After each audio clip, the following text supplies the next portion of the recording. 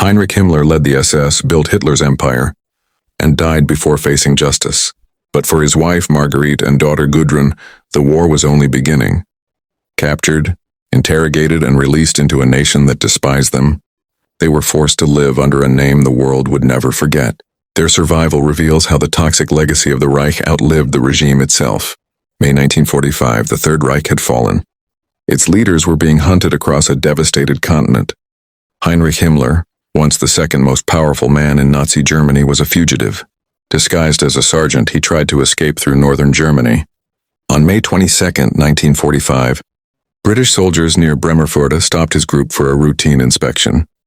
When his true identity was revealed, Himmler was taken into custody at Nuremberg.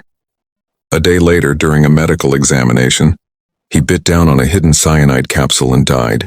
His body was buried in an unmarked grave on the Nuremberg heath. For his wife and daughter, the collapse came swiftly. They had been living in Bavaria, but as Allied forces advanced, they fled south toward Italy. On May 21st, just one day before Himmler's arrest, American troops stopped them near Bolzano. Both were immediately taken into Allied internment camps for questioning. Gudrun was only 16. Known affectionately within the SS as Püppi, she had been her father's darling, frequently photographed beside him at official events. To the Allied interrogators, she was simply the child of a monster. In the months that followed, Margarete and Gudrun were transferred between camps in Italy, France, and Germany. They were repeatedly interrogated by US and British officers, who hunted for any evidence of hidden Nazi networks or documents. Their internment coincided with the Nuremberg Trials, which began in November 1945. Though neither was charged with a crime, they were questioned as witnesses. Interrogation reports described Margarete as loyal, reserved, and deeply bitter. She insisted she knew nothing of her husband's political work, claiming her life was focused only on their daughter and household. Historians debate those claims. Letters from the 1930s suggest Margarete supported many of Himmler's beliefs and enjoyed the privileges of his power. Gudrun, meanwhile, showed open hostility toward Allied officers. She fiercely maintained her father's innocence, describing him as a great man. When the trials ended in late 1946, the Allies concluded neither woman posed a threat. Both were released in November that year and allowed to return to Germany. But the world they returned to was unrecognizable. Their home confiscated, their name despised, their future uncertain. The years after 1947 brought no peace. Though free from Allied internment, Margarete and Gudrun returned to a Germany that viewed them with suspicion. Their property was seized and bank accounts frozen. Both women settled quietly in the Munich area, subsisting on small pensions and support from a network of sympathetic former SS acquaintances. In the early occupation, de-Nazification tribunals were set up. Margarete's case was reopened several times. In 1951, she was first classified as a Mitläuferin, or follower, one of the mildest categories.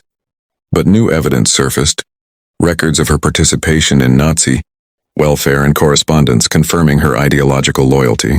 The British upgraded her classification in 1953 to belastete, Category 2, meaning activist or profiteer. The consequences were harsh. She was ordered to complete 30 days of special work duty, stripped of the right to vote, and lost her pension privileges. For Margarete, the humiliation cut deeply.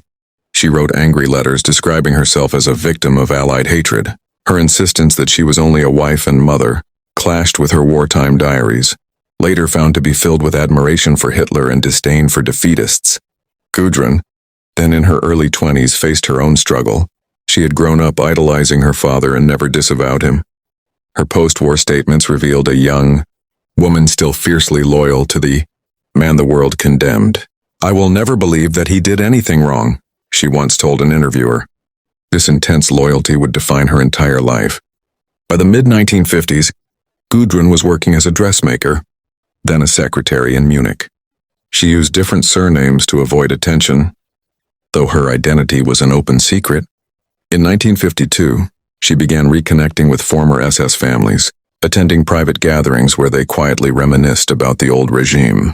These informal circles became meeting points for those who simply could not let go of the past. For the women, the 1950s brought a strange kind of obscurity.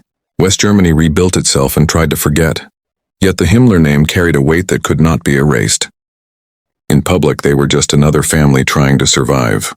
In private, they remained bound to the memory of a man whose crimes defined a century. By the early 1960s, Gudrun Himmler, now known as Gudrun Burwitz, had quietly built a new life. In 1961, using a different surname, she found work as a secretary at the headquarters of Germany's new intelligence agency, the BND. Decades later, the agency confirmed her employment, acknowledging that it had hired Heinrich Himmler's daughter during the Cold War. After leaving the BND, Gudrun became increasingly active in veterans and revisionist circles. In the 1950s and 60s, former members of the SS and their families formed mutual aid networks. The most prominent was Stille Hilfe, Silent Help, officially founded in 1951, which aimed to support Germans convicted by Allied tribunals. In practice, it became a haven for unrepentant Nazis and a fundraising vehicle for their legal defense. By the 1970s, Burwitz had become one of Stille Hilfe's most visible figures. She attended reunions of former SS officers, wrote letters to imprisoned war criminals, and raised money for their families. Publicly, she spoke little, but her views were no secret. She rejected any claim her father was responsible for atrocities, referring to him as a great man who had done good things for Germany. She accused Allied historians of distorting the past. For decades, she refused to meet journalists. But when rare photos emerged, gray-haired, composed and smiling among elderly SS veterans, they became chilling symbols of post-war denial. Her activities drew concern, yet Stille Hilfe operated in a legal gray zone, presenting itself as a humanitarian charity, even while it channeled money to fugitives like Klaus Barbie. Into the 1990s and 2000s, Gudrun Burwitz remained active in far-right circles. She never disavowed her father or expressed remorse. When she died in Munich on May 24, 2018, at age 88, she was still regarded by some as the symbolic daughter of the SS, a figure whose lifelong defiance reflected Germany's long struggle to confront its past. While Gudrun Burwitz guarded her father's legacy in secrecy and defiance, other branches of the Himmler family took a very different path. Heinrich's great-niece Katrin Himmler took the opposite stance. Born in 1967, she grew up knowing her surname carried a heavy burden. As an adult, trained as a political scientist, Katrin confronted it head-on. In 2005, she published The Himmler Brothers, a deeply researched study tracing the lives of Heinrich, Gebhard, and Ernst Himmler. Katrin's book was courageous. Her goal was not to cleanse the name, but to understand it, to explore how an ordinary middle-class family could produce one of the architects of the Holocaust. Her work humanized without excusing, depicting the Himmlers as a mirror of their time. Her decision to speak publicly marked a generational shift. Where Gudrun had clung to denial, Katrin embraced responsibility. "I cannot change the past," she said, "but I can decide how to live with it." Even today, the Himmler name evokes unease. The discovery of Heinrich Himmler's private letters, showing a man concerned with domestic minutiae, writing tenderly to his wife and daughter between reports on deportations and executions, revealed the chilling banality behind one of history's greatest perpetrators. The Himmler family's story mirrors Germany's path after the war. From the denial and silence personified by Gudrun to the confrontation and responsibility embraced by Katrin, their lives show how Nazism's shadow reached far beyond 1945.